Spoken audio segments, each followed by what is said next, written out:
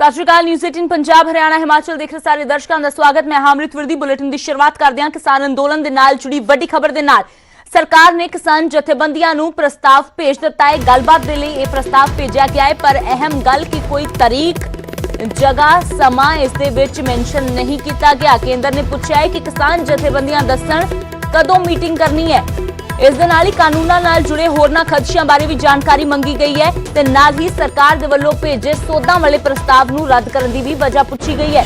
केंद्रीय खेतीबाड़ी सकत्तर ने जथेबंदियां नूं चिट्ठी लिखी है। 39 किसान जथेबंदियां नूं यह चिट्ठी भेजी गई है, पर समा, कोई जगह, कोई तारीख इस दे विच नहीं दसी गई कि इस दिन मुलाकात होगी, बल्कि किसानां दे पाले च गेंद सुट्टी गई है कि किसान दसन कदों मीटिंग करनी है। दरअसल केंद्र ने 9 दसंबर नूं किसान जथेबंदियां नूं सोधां वाला प्रस्ताव भेजिया सी। उस नूं भी जथेबंदियां ने 16 दसंबर नूं लिखती तौर ते रद्द कर दिता है। हुण सरकार ने किसान जथेबंदियां तो प्रस्ताव रद्द करन दी वजह बारे विस्तार दे नाल जानकारी मंगी है।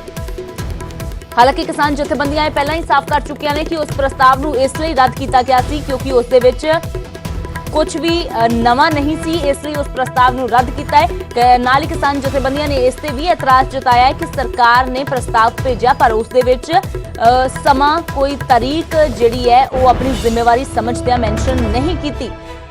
सीधा रुख करदे हां विजयपाल बराड़ मेरे सहयोगी जुड़े ने। तां विजय, 7वें गेड़ दी एक अहम गलबात जिस ते सब दी नज़रां टिकियां सी कि कदों होवेगी।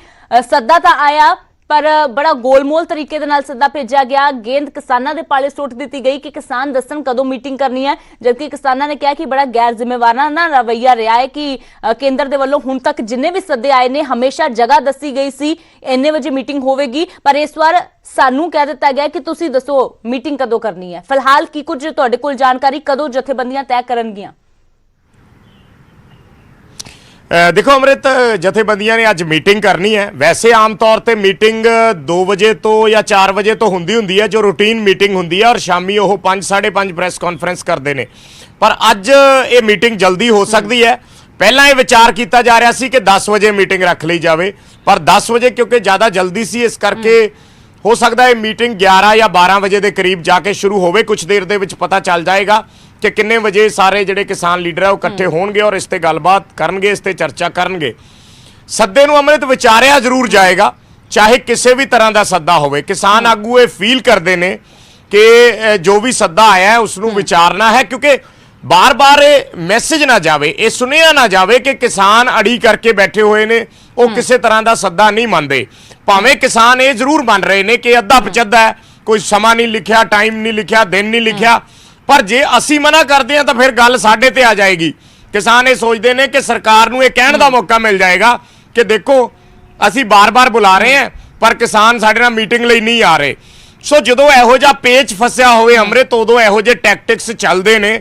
सरकारां भी जड़ियां हुंदियां ने वो भी एकदम झुकदियां नहीं, वो भी उस तरीके नाल ही अगों रिएक्ट करदियां ने जिस तरीके का माहौल बनिया हुंदा है। सो किते ना किते ये जिहड़ा पिछले दिनां दे विच एक टसल का माहौल बनिया सरकार ते किसानां दे विच, ये जिहड़ी सद्दियां दी इबारत है उस दे उपर भी इसका असर नज़र आ रहा है।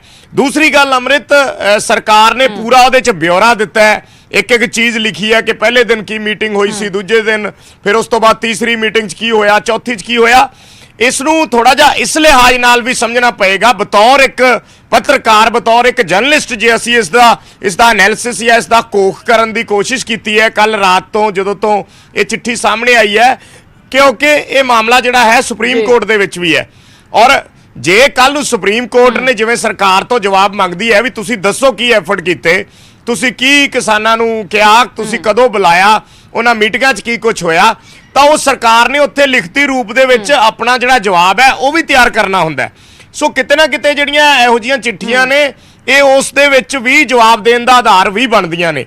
सो बाकी अज किसान लगदा है कि इस मीटिंग दे विच डिसाइड करके जरूर सरकार नूं कोई ना कोई टाइम जरूर देणगे, क्योंकि इस वेले जे एक बराबर दी स्ट्रैटजी चल रही है तो किसान भी उस तरीके की स्ट्रैटजी अपना सकते हैं कि जे सरकार ने सानू समा स्थान नहीं दिता तो भी कह देंगे कि असी जी मंगलवार या बुधवार ली मीटिंग लई तैयार हाँ, तुसी दसो कित्थे आइए। इस तरीके की गलबात भी हो सकती है, पर यह किसानां दी जिहड़ी मीटिंग है अज दी उस तो बाद ही स्पष्ट हो पाएगा। बिल्कुल विजय, दूसरे पासे जेकर इस दूजे पहलू की गल करिए किसान अंदोलन की, तो किसान भी जानते हैं कि गलबात का सिलसिला तो नाल जारी रहेगा, पर मसला अजे इन्नी जल्दी सुलझदा नजर नहीं आ रहा, इसलिए पैरेलल जो है किसानों ने अपना एक्शन प्लान भी तैयार कर लिया है। लड़ीवार भुख हड़ताल की गल की है, विस्तार दे नाल जानना चाहांगे होर की कुछ किसानों के वल्लों वड्डे अहम ऐलान किए गए ने आने वाले दिनों के लिए। देखो अमृत, जिहड़ा एक्शन प्लान है वो किसानों नूं जिहड़ा ऐलान करना ही पैना है, क्योंकि अंदोलन जो लंबा चलदा है और जे तुसी 2 या 3 दिन बाद कोई कॉल ना दिओ किसी भी तरह की, चाहे जिवें कल श्रद्धांजलि देन नूं लैके सी एक दिन रखिया सी, उस तो पहला एक दिन भुख हड़ताल की छोटी जी कॉल दी गई सी, कई बारी 2-3 घंटे दे जाम की कॉल दे दी जाती है।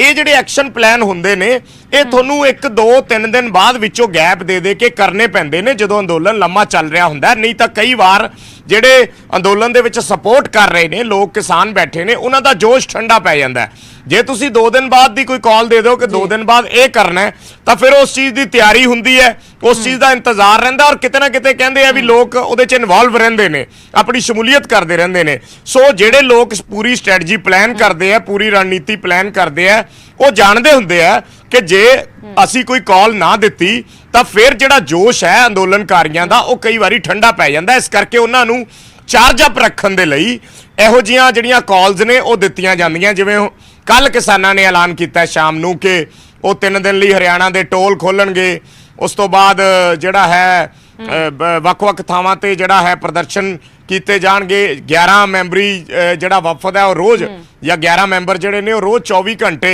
एक रिले भुख हड़ताल होएगी। प्रधानमंत्री दे जिहड़ा भाषण है का बाइकआउट करना है, उसे तरीके दे नाल करना है जिवें प्रधानमंत्री लोकां नूं अपील करते हुंदे आ। सो ये ऑल एक स्ट्रैटजीज ने, और इन्हां स्ट्रैटजीज नूं जिवें मैं कह के उस तरीके नाल चलाया जाता है कि अंदोलन का जिहड़ा एक लहर है या एक प्रभाव है या कहिए एक जोश है वो बनिया रहे। पर नाल दी नाल दूजी गल पैरेलल जिहड़ी गलबात दा दौर है वो नहीं टुटना चाहिए। ये किसान बिल्कुल मनते ने और वो कहंदे प्लान है वो एक साइड चलता रहेगा, जिहड़ी गलबात है वो एक साइड चलती रहेगी। क्योंकि अमृत ये सरकार वाल देखिए तो सरकार भी एक पासे किसानों नूं गलबात दे लई सद्दा दे रही है, पर दूसरे पासे जिहड़ी उन्हां दी भी पोलीटिकल स्ट्रैटजी है वो भी पैरेलल चल रही है। चाहे वो अपने हक दियां किसान जथेबंदियां नाल गल करन दी होवे, उन्हां नूं मौका देण दी होवे, एग्रीकल्चर मिनिस्टर दियां चिट्ठियां होण, प्रधानमंत्री दे ट्वीट होण, किसानां नूं वार-वार अपील कीती जांदी होवे कि नहीं ये लॉस जिहड़े ने उन्हां दे पक्ष च ने, उन्हां दे लई फायदेमंद ने, तां सरकार ने भी जिहड़ी अपनी पैरेलल स्ट्रैटजी है उसनूं रोकिया नहीं। सो सरकार दी पैरेलल स्ट्रैटजी चल रही है और उस तरीके नाल फिर जिवें किसान ने वो भी अपनी स्ट्रैटजी प्लान करके ऐलान करते हैं। सो दोने धिरां दे विच अपनियां अपनियां स्ट्रैटजीज चलदियां रहिंदियां ने, पर इस सब दे विच जिहड़ा गलबात दा सिलसिला है उस ते दोने धिरां दावा करदियां ने कि टुटना नहीं चाहिए। अज किसानां दी मीटिंग च ये हुण साफ हो पाएगा कि किसान कोई समा टाइम दिंदे ने या फिर इस सद्दे नूं भी रिजेक्ट कर दिंदे ने। बिल्कुल विजय, तो गलबात ते ब्रेक नहीं लगनी चाहिए, पर जिवें तुसीं कहा कि सीधा किसानों के वल्लों जवाब दिता जाता है या फिर सरकार दे जो एक्शन वांगू ही किसानों का गोलमोल रिएक्शन हुंदा है, दोबारा गेंद सरकार दे पाले च सुट्टी जाती है, किस तरीके दे नाल की जवाब रहिंदा है, काफी अहम देखना। विजय शुक्रिया इस तमाम जानकारी दे लई। तो सरकार दे वल्लों किसानों नूं प्रस्ताव भेज दिता गया, तारीख जगह समा कुछ मैंशन नहीं किया गया कि किसान आप मैंशन करेंगे।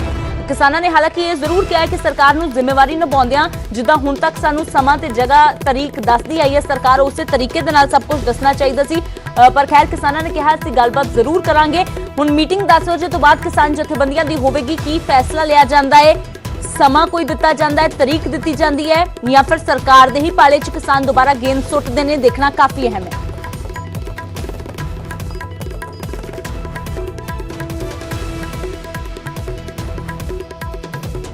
तो बलदेव सिरसा साडे नाल जुड़े हुए ने। बलदेव सिरसा जी, किसानां नूं तां सद्दा भेज दिता पर अधूरा सद्दा इसनूं कह सकते हैं, क्योंकि इस दे विच कोई तारीख मैंशन नहीं की, समा नहीं किया, जगह नहीं दी, जिहड़ा कि हुण तक 6 वार दे सद्दियां दे विच बड़ा स्पष्ट तरीके नाल दिता जांदा सी। पर सरकार कहंदी है कि किसान तय करनगे कि कदों मीटिंग करनी है। फिलहाल की तुसीं पूरा प्रस्ताव पढ़ लिया है ते हुण की रणनीति बनाई जा रही है?